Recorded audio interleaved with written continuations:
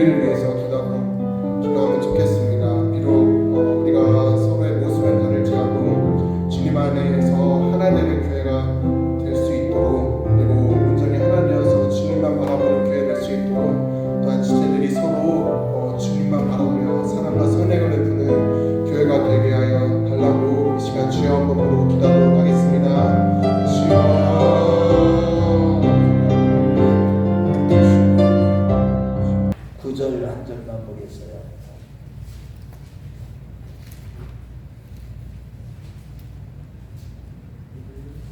베드로 전서 저 뒤에 보면 신약 성경 빨간 데 보면 저 뒤에 배시락 성경이 있어요. 끝에 요 앞에 베드로 전서 2장 9절 다 찾으셨으면 아멘. 아멘. 자, 우리 같이 읽어봐요. 시작. 그러나 너희는 택하신 족속이요 왕같은 제사장들이요 거룩한 나라요 그의 소유된 백성이니 이는 너희를 어두운 데서 불러내어 그의 귀한 빛에 들어가게 하시니에 아름다운 덕을 선포하게 하려 하시니라. 아멘. 할렐루야. 우리 앞뒤 옆 사람하고 인사합니다. 우리가 복이 있는 자입니다. 우리가 복이 있는 자입니다. 일단은 요즘 시대에 사람들이 마지막 때가 되면은 성령께서 이미 믿음 있는 자를 보기가 없다고 하셨지만 찾기가 너무 어렵다고 했지만 모이기에 힘쓰지 않아요. 믿음 있는 자는 모이기에 힘쓰게 돼 있어요. 그래서 히브리서 10장 24절 25절에는 너희는 저희와 같이 모이기를 패하는 어떤 사람들의 습관 같이 하지 말고 오직 그날이 가까운 곳으로 더욱더 그리하여 사랑과 선행을 격려하는 자가 되라. 아멘. 아멘. 그런데 여러분들이 지금 이렇게 이 자리에 이렇게 모였다는 자체만으로도 은혜인 줄로 믿으시기 바랍니다. 아버지 집에 오는 게 쉬운 게 아니에요. 지금 시대에. 하여튼 세상이요 얼마나 사단이요 아주 사단으로 충만한 세상이 됐어요. 사단이요 이 문화라는 걸 통해서 또한 사람들이 정과 욕이라는 것을 그 마음속에 자아를 심어서 정과 욕을 이렇게 갖고 이 마귀에게 선악과를 따먹은 이후에 우리는 이 죄에게 종로로 타고 마귀에게 종로로 타는 가운데 끊임없이 우리가 하나님과 멀어져 갈 수밖에 없는 그런 마지막 때가 가면 갈수록 죄악이 점점 관영해져 간다. 이게 그런 뜻이에요.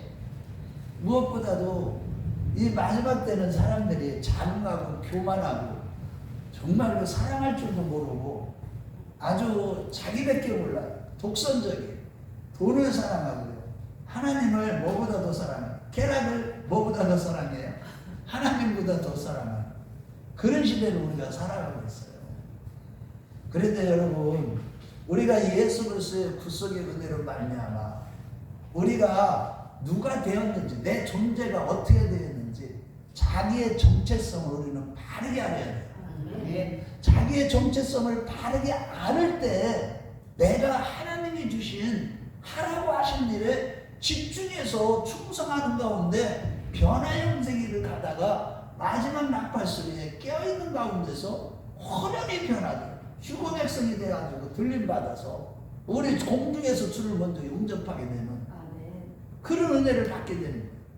마태복음 24장에 보면 마지막 때 두 사람이 맷돌을 갈다가 한 사람은 데려감을 당하고 한 사람은 버려둠을 당한다. 밭을 갈다가 한 사람은 데려감을 당하고 한 사람은 버려둠을 당한다. 여러분 우리가요 신앙생활 하면서 우리가 모든 성경 말씀을 부분적으로 알면 안 돼요. 통전적으로 구속사적으로 전체를 다 알아야 돼요. 구약시대 때서부터 우리에게 말씀하신 게 뭐예요? 하나님은 약속하시고 그 약속을 성취하시는 하나님. 그래서 우리 하나님은 언약을 날마다 세워주셔요. 말씀으로 우리를 낳으시는 거예요. 아브라함이 믿음의 조상이 되기까지 아브라함도 우리랑 똑같은 사람이었어요. 한 번 약속을 주셨는데 그 약속을 늘 기억하며 살지 못하는 거예요. 그러다 보니까 아브라함도 실수를 그렇게 많이 해요. 가나안 땅에 들어갔으면서도 불구하고 자기 아내를 갖다 뭐라고 불렀어요? 누이라고 부르면서 아내 뺏길까봐가 아니에요. 사실은 지 죽일까 지 죽을까봐. 하여튼 아브라함도요 그런 남편이 되면 안 돼. 믿음이 없을 때 아브라함이 되면 안 돼. 믿음이 있을 때 그런 아브라함이 돼야 돼. 그러니까 하나님이 그가 믿음을 가질 때까지 하나님의 사람으로 거듭날 때까지 내가 이제 하나님을 경외하는 줄 아느니라. 창세기 22장 13절에 16절에 그 고백을 우리 주님이 그걸 인정해 주기까지 아브라함에게 7대 언약이라고. 잊을만 하면 하나님이 딱 나타나시는 거야. 잊을만 하면 딱 나타나셔서 아들과 땅에 대한 약속, 그게 바로 하나님 나라에 대한 약속이에요. 자손과 땅에 대한 약속. 어떤 한 나라가 세워지기 위해서는 뭐가 있어야 돼요? 땅이 있어야 되고, 뭐가 있어요? 백성이 있어야 되고, 주권자가 있어야 돼요. 그런데 하나님 나라는 주권자는 하나님이에요. 그래서 땅과 자손에 대한 약속을 주신 거예요. 아멘. 그래 횃불 언약에 가서 네 번째로 나타나셨을 때 횃불 언약에 대해서는 맹세 언약이에요.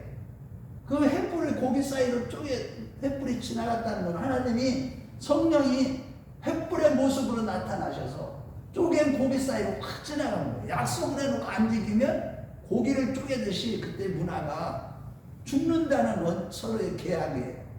그때 그 계약대로 하나님이 상징적으로 이렇게 보여주신 거예요. 횃불 언약이에요. 그게 뭐예요?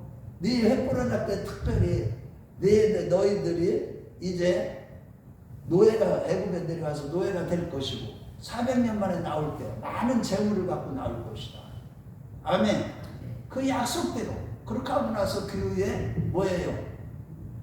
이제 자손이 하늘의 별같이 애굽에 들어가서 자손이 번성을 하게 됩니다. 그 문화 속에 살면서. 그래가지고 출애굽의 역사를 통해서 구속의 역사를 이루어가는 것을 이 출애굽기에서 또 기록을 해주시고 신의 선 언약을 또 세우죠. 나라와 이제 개인적인 언약에서. 여러분 이런 모든 과정을 통해서 성경에서 약속하시는 건 뭐예요? 구속의 언약이에요. 구속의 언약. 죄 허물로 죽은 우리를 살리시는 거, 우리를 구속해 주시는 거. 구속한다는 건 리뎀션은 REDEMPTION이라고 영어로. 이 리뎀션이라는 이 단어는 무슨 대가를 치르고 구원해내는 거. 셀베이션은 그 결과로 구원받는 걸 얘기하는 거예요. 리뎀션은 대가를 치르는 거예요. 무슨 대가? 마귀에게 그냥 하나님은 공의의 하나님이시기 때문에 마귀에게도요 철저하게 공의롭게 행하십니다. 그 마귀의 권세가 마귀의 지배 아래 죄의 권세 아래 우리 인간은 다 아담의 후손들은 다 그 아래 들어가 있거든요. 그런데 그거를 건져내기 위해서는 대가를 치러야 하는데 그 죄에 대한 대가는 죽음밖에 없어요. 죄의 싹은 사망이기 때문에.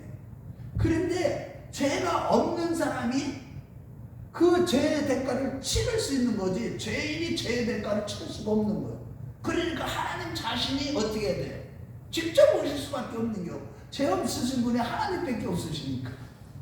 그래서 하나님이 육신을 입고 오셨다고 그래서 인카네이션, 성육신이라고 하는 거예요. 거룩하신 하나님이 육신이 되어서 오셨다. 그분이 누구예요? 메시아 그리스도 예수.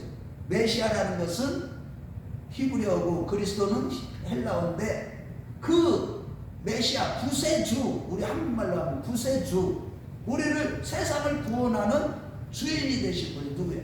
예수님이 이 땅에 육신을 입고 이 땅에 오신 거예요. 그 예수님이 곧 말씀이에요. 말씀. 하나님이셔. 말씀이 육신을 입고 오셨는데 우리가 그 영광을 보니 아버지의 독생자의 영광이요 은혜와 진리가 충만하다. 할렐루야. 자 보세요. 그런데 중요한 것은 우리가 보세요. 여기 보면 오직 너희는 그 앞에 보면은 악한 자들은 이 부딪히는 돌, 예수의 모퉁이 돌에 다 넘어지고 다 쓰러지게 된다. 다 심판을 받게 된다. 그런데 우리는 어떤 자들이냐? 하나님의 참 구원받 구속의 은혜로 말미암아 우리가 구원받은 택하신 백성이요 왕같은 제사장들이 되었다는 거예요.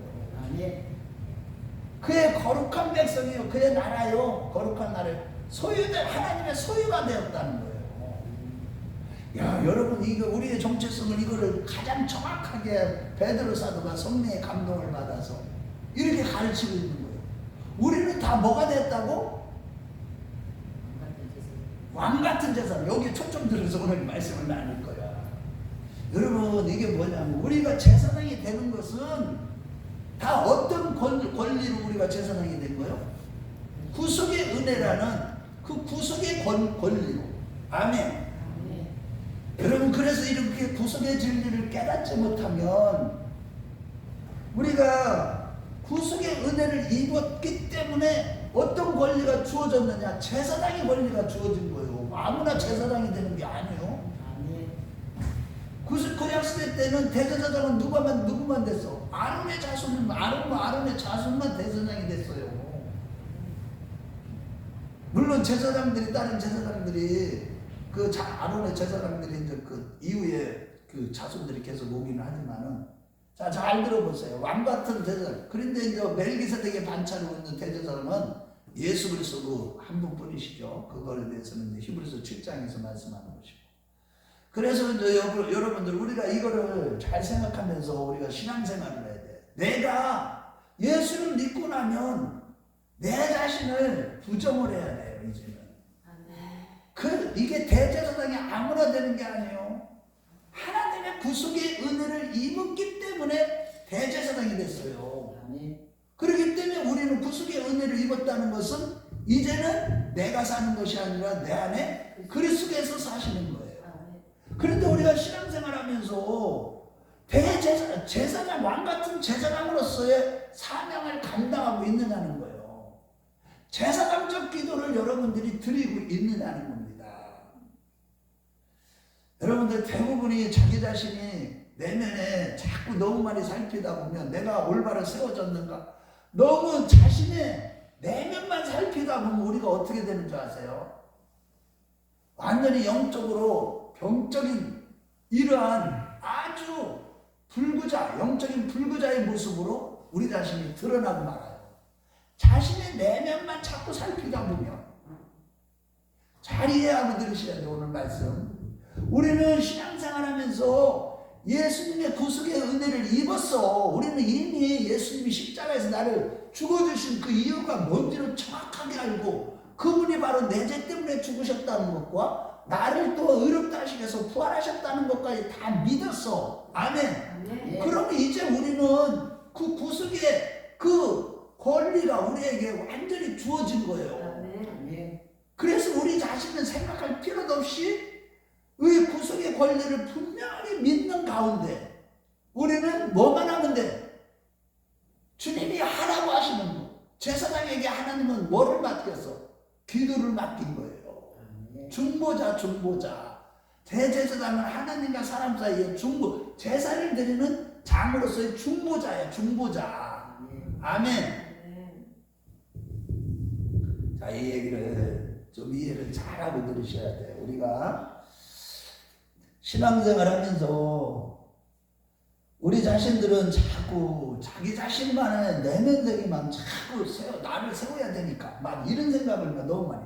그거 하지 말라는 게 아니에요. 그런데 이제 우리가 신약시대에 와서는 구약시대 때보다는 달리 신약시대에 와서는 우리가 이제 예수 그리스도의 구속의 그 권세가 우리를 믿음으로, 복음을 믿음으로 말미암아 구속의 은혜를 입었기 때문에 그걸 확실하게 믿고 주님이 하라고 하시는 것은 중보자의 사역을 감당하고 있어야 된다는 겁니다. 네.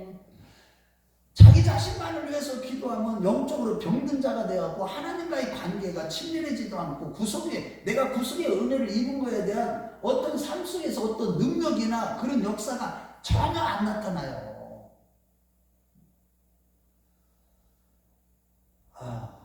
잠깐 이거 지금 내가 머리가 띵해가지고.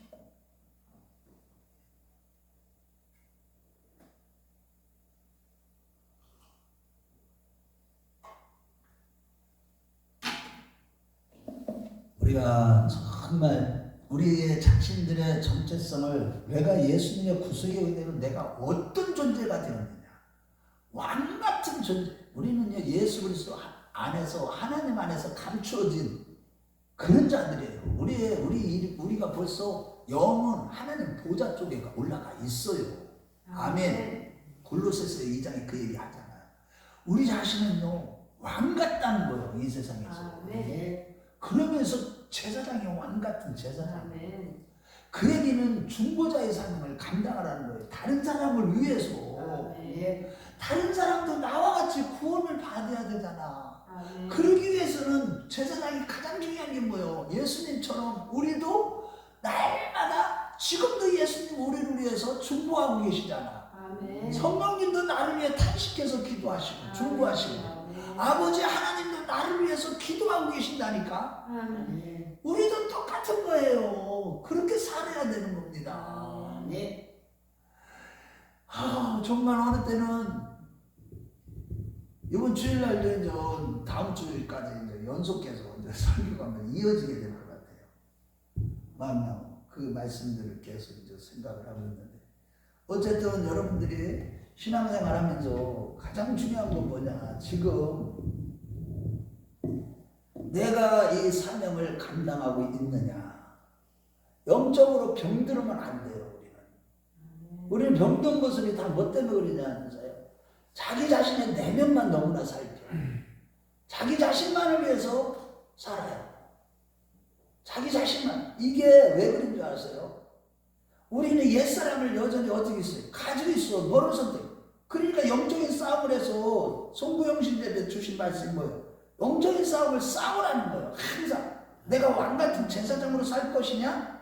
내 자신만을 위해서 기도하면서 내 자신만을 살피며 살 것이냐? 우리 자신도 잘 살펴야 되죠. 다윗은 그랬어요. 심지어 하나님이여 나를 살피사 내 마음을 아우시고 나를 시험하사 내 뜻을 아우소서. 내게 무슨 악한 행위 있나 보시고 나를 영원한 길로 인도하소서. 자기 자신의 내면을 살펴가려고 그러면서 하나님 앞에 간절히 기도했어. 그런데 그는 그와 더불어서 시편에 보세요. 얼마나 하나님에 대해서 증거하고 그들에게 권면하고 중보자로서의 다윗은 예수님의 중보자의 모습을 다 보여주셨다고. 우리가요 이거를 확실하게 이제 구속의 은혜가 내 안에서 완전히 이루어진 걸 믿고서 아멘. 이제는 있잖아요 제사장적인 삶을 살아가야 된다는 거야. 저 여러분들이요 이제는 중보해야 돼. 집사님도 이제 자녀들을 위해서 아까도 내가 그 얘기 들으면서 좀 마음이 찡했지만 속으로는 그 집사님을 위해서 화만 낼 게 아니야. 야단치고 아이 형하고 얘기 안 해. 이렇게 하면 안 돼. 그래도 기도해야 돼. 집사님 기도해야 돼. 그거 하나는 다 받으셔. 그렇게 하고 우리가 다 이런 사명을 감당하다 보면 하나님은요 우리가 알지 못하는 나를 통해서 하나님 자신을 드러내고자 하는 나를 통해서 다른 영혼을 구원하고자 하는 하나님의 목적, 우리의 정체성을 바르게 알고 그 정체성에 맞는 올바른 신앙생활을 함으로 우리 주님 앞에 갔을 때 별과 같이 빛나는 자들이 되는 겁니다. 우리가 여기에 목표를 두고 신앙생활을 해야지 우리가 정욕으로 쓰려고 잘못 구하거나 하나님이 이미 다 주신 그 아시는데도 엉터리로 예수 말고 다른 걸 자꾸 구한다거나 영혼 구원을 놓고 내가 진짜 내가 평생 동안 내가 몇 명이나 전도했나 부끄러워서 전도 못하고 뭐 사람들한테 요구도 먹을까봐 전도 못하고 참 이게 타협하면 안 돼요. 우리 자신은 그냥 있는 모습 그대로도 그렇다고 해서 너무 막 사람들한테 혐오감을 주면서 이런 깊게 하지는 않아더라도 진짜 이게 온유한 마음으로 항상 그들에게 대답할 것을 항상 얘기해요. 우리 베드로전서 3장 15절로 가봐요.